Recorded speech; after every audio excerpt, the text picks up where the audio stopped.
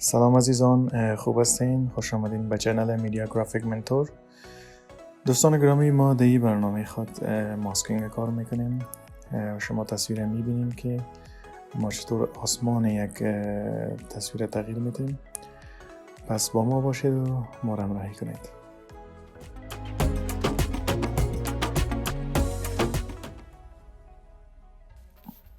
خب دوستان گرامی، قسم گفتیم ما یک آسمان از ویدیو خود تغییر میدیم و جایش یک آسمان دیگه ستاره رو میاریم.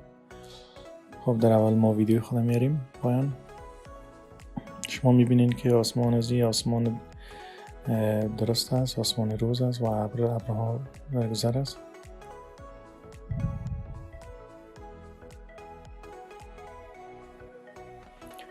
و ما یک تصویر، البته ویدیو هم نیست، تصویر است، ما ایره میاریم که آسمان دیگه به شکل دیگه است و ما ایره تصویر شکلان میکنیم به اندازه فریم خود. بعد از این ما ایره در پایان تر مندازیم، در لایحه دوم مندازیم.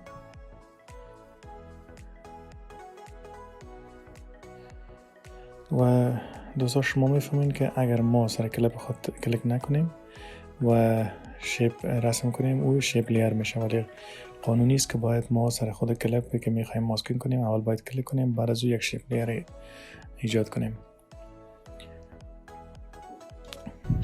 زمانی که شیپ لیر ایجاد شد شما ببینید که خود از این ماسک است، یعنی از یک دمی تصویر ما یعنی یک سوراخ میکنه و میتونیم لایحه بعدی که در پشت سر تصویر قرار داره بتونیم ببینیم. البته ما باید در خود ماسک بریم و در آپشن ماسک اداب و سابسترکت تبدیل کنیم. یعنی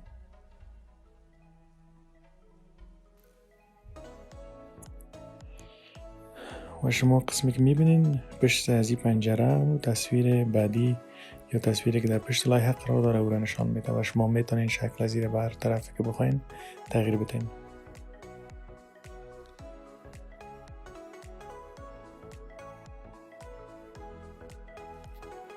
شما میتونین امی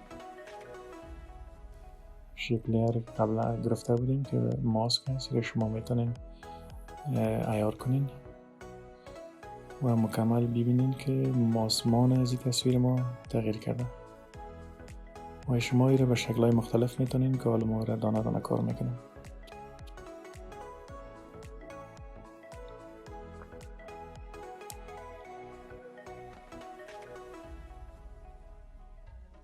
ما میتونیم که یک دایره هم رسم کنیم از بالا و باز هم اداب سابسترکت تبدیل میکنیم و شما میبینین که همین ماسک ماست و ما از این دایره، از این پنجره باز هم میتونیم تصویری که در پشت سر از این ویدیو قرار داره ما رو ببینیم.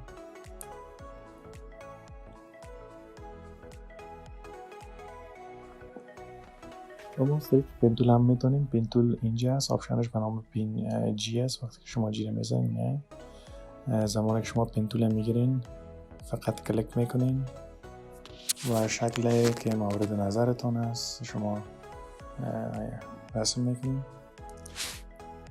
و شما میبینید که ما از این طریق هم همچنان میتونیم ماسکینگ کنیم که بسیار کار میه خود پینتول بر ما.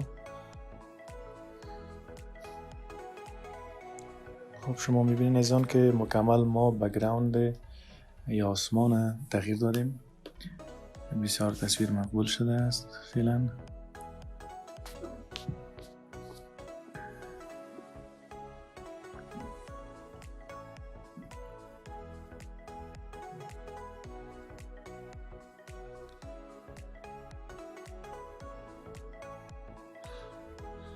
ما از طریق ماسکینگ میتونیم هر شکلی که بخوایم نظر به ضرورت از طریق پنتول میتونیم رسم کنیم، قسمی که پیشتر گفتیم براتون، و ماسکینگ اپلای کنیم در هر سی تصویر یا هر سی صفحه که باشه و همچنان در عین زمان ما میتونیم که 2 ماسک کنیم، 3 ماسک کنیم نظر به ضرورت.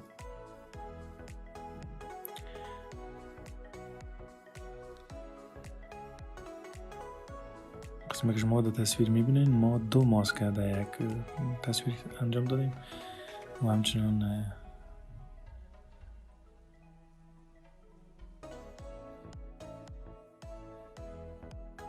و یک دایره همچنان رسم میکنیم که داریم و ماسک سوم ماست. می‌بینیم که ما ماسک 1 ماسک 2 ماسک 3 زیر از این ویدیو خود داریم، یعنی 3 ماسک ما تونستیم اپلای کنیم. البته در این تصویر نیاز نیست، ولی شما نظر به ضرورت در ویدیوهای خود میتونین که از چند ماسک در یک ویدیوتان استفاده کنیم.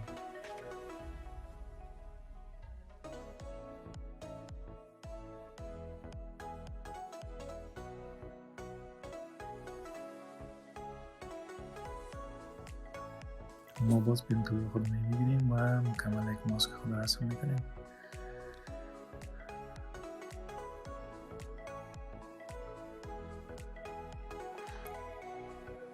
پیشتر همچنان گفتیم شما میتونین وقتی که بعد از اینکه پنتول گرفتین و 4 طرف ماسک پستست کردین، بعد از اون میتونین شما از نوک های از این ماسک کلیک کنین و ادجست کنین با این بالا برین که دقیق تر ماسک شود.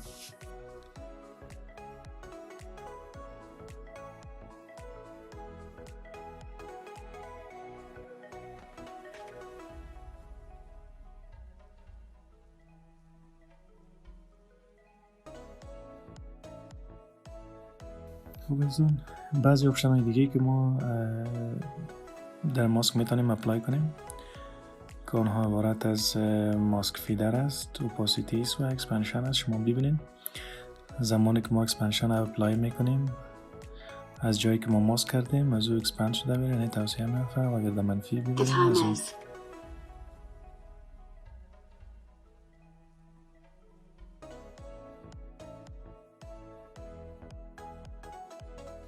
کمتر از او پس میشه. و اوپاسیتیش وقتی که اپلای کنیم ببینید که چی تغییرات میه. و یک چیز بسیار مهم فیدر است. اما شما وقتی که فیدر اپلای میکنین ببینید که همون خطایی که دور ماسک ما هسته همون واضح تر معلوم نمیشه و بسیار اسموت از یک تصویر به دیگه تصویر شما میبینین همون باردرش واضح معلوم نمیشه ولی بسیار اسموت معلوم میشه.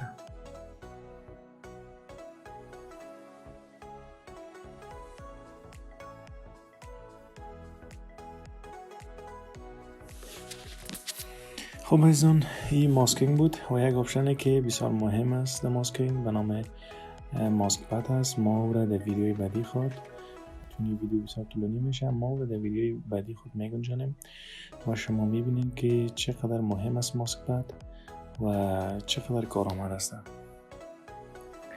خب دوستان عزیز تشکر از توجهتان، تشکر از اینکه ویدیو را تماشا کردین. با ما باشین، ویدیوهای بعدی ما انشالله جالبتر و در میشه. و تشکر دوستان عزیز.